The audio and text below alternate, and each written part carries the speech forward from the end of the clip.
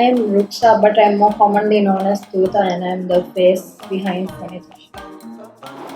I was talking about creating a page on Instagram that is only to share food because my personal Instagram was getting a lot of criticism because it's mostly food and not me. So I wanted a separate Instagram for food. So I was talking about it with one of my friends, and I didn't know what to call it, and she was like, "What's your favorite spice?" So I think more serious baking for me started with cinnamon rolls. So I think my favorite spice is cinnamon. So that's how the name came. My husband's actually the foodie. So before I met him, I would be the type of person who would go to the restaurant and order the same thing every day. So I started cooking more passionately after I got married, and I was doing medicine back then, but I figured out that my true passion and what made me happy was cooking. So I decided to quit and pursue like cooking and baking as a profession. So I think that's also the reason why I bake what I bake, because I understand the science behind it. Because kombucha and sourdough is kind of complicated. Process, you can see many layers now, but when I started making this kombucha, there would have only been one layer. So every time you brew a batch, you'll get a new layer, and ultimately you'll get a scoby that is this thick. Sort of looks like a underwater creature, but this is what it is like. And these are the yeast strands from it that will get filtered out when you get your bottle. It's not very pleasant to drink, but it's necessary for the brewing. So this is my mother's Kobe. A mother's Kobe is like your first Kobe that you put. So then you can see the layers more clearer in this one. So like every one, you can see the thickness of it. So every one of these layers is a different brew. So like this has been on a continuous brew since 2018. I mean, in reality it will be even 4 times bigger, but I've divided my kombucha into jars. So this was the new layer that was forming on top. As you can see, it's very thin. And like if you have excess Kobe, you can even use it as natural gelatin and make your own jelly. I'm wondering if it's right because it's saying it's ready.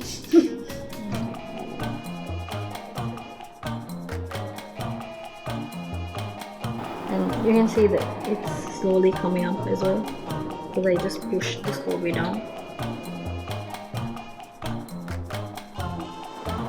Up to now, I would say that I've learned a lot. First of all is to understand that I'm just one person, so I try to not take on too much to do, because when I try to take on too much, I really don't like the result, because I'm not able to give my time to make my product the best, and I get burnt out very easily. So what I've learned is to manage my time more properly and like select what I really want to do. Like even if I'm able to bake a lot of things, I think the page has taught me that I've got to stick with what my customers like and not to try to do too much at once. Yes, I think baking has taught me patience most of all, because before I started baking, I didn't have patience at all. But doing kombucha, it takes just like weeks, maybe 2 weeks also sometimes, depending on the temperature. So I think that's one of my products that takes the most patience. And sourdough takes maybe 1 or 2 days just to make one bread. And macarons, they look like they're very small cookies, but even one batch would take me 2 or 3 hours. Sourdough, like different processes take different amounts of time. So the first stage is the autolysis, where you mix the flour and the water together to let the gluten develop. So that process would take from 45 minutes to 2 hours.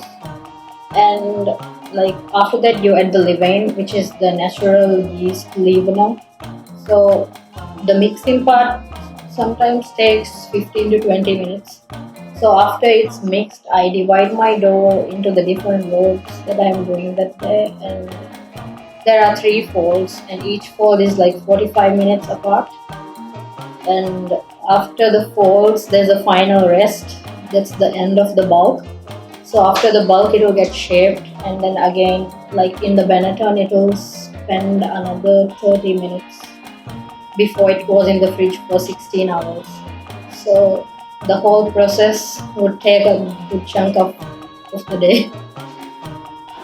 Sourdough is different in many ways. First of all, a normal bread would take maybe 3 hours a batch, but sourdough would take just like 8 hours just to mix it. So that's one main difference. And nutrition wise, also it's like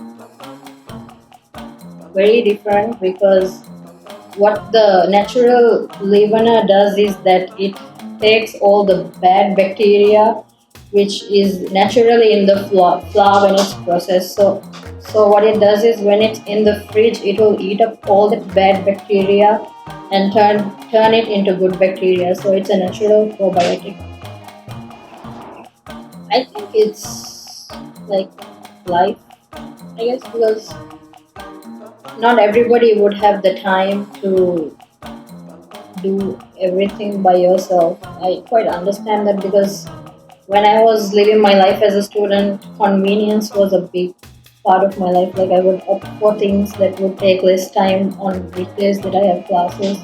So I'd make a sandwich, but on weekends I would make like pasta from scratch and like really spend that time together with the family and eat out. So I think that's like for us, most of us, I mean, that you'd have office and like some people do extra work on the side, so they may not have time to do everything from.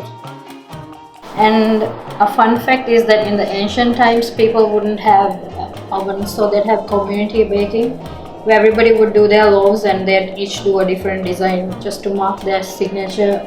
And like when the bake comes out, you'll know whose bread is whose.